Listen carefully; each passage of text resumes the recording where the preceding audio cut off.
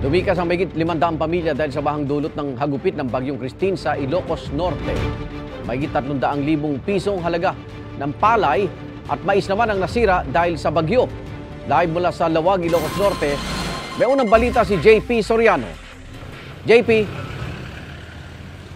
Igan, mga kapuso, nasa signal number 2 pa rin ang probinsya ng Ilocos Norte, bagamat hindi direktang naramdaman ng probinsya ang hagupit ng Bagyong Christine, ay naging maagap naman sa pagpapalikas ang mga local officials sa mga residenteng nakatira sa mga low-lying areas o yung mga barangay na madalas bahain kapag may bagyo. At sa latest update nga po, Igan, mula sa Provincial Office ng Ilocos Norte, aabot sa 534 na pamilya o katumbas ng 1,607 na individual ang naapektuhan o di kaya ay in-evacuate dahil sa Bagyong Christine.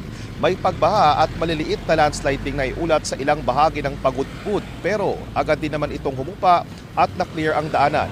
45 bahay ang naiulat na nagkaroon ng partial damages, pero wala namang grabeng ari-ariang nasira dahil sa bagyo.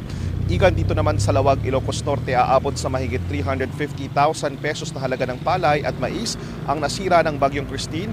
Mas maliit na porsyento raw yan kumpara sa nakaraang bagyo. Ito ay dahil maaga raw naabisuhan ang mga magsasaka na mag-ani na bago pa tumama ang bagyo.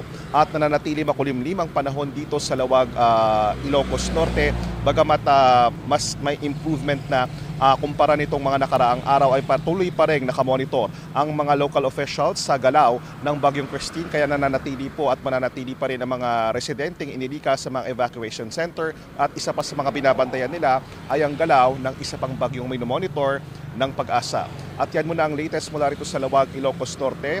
Para sa GMA Integrated News, JP Soriano nag-uulat. Maraming salamat, JP Soriano.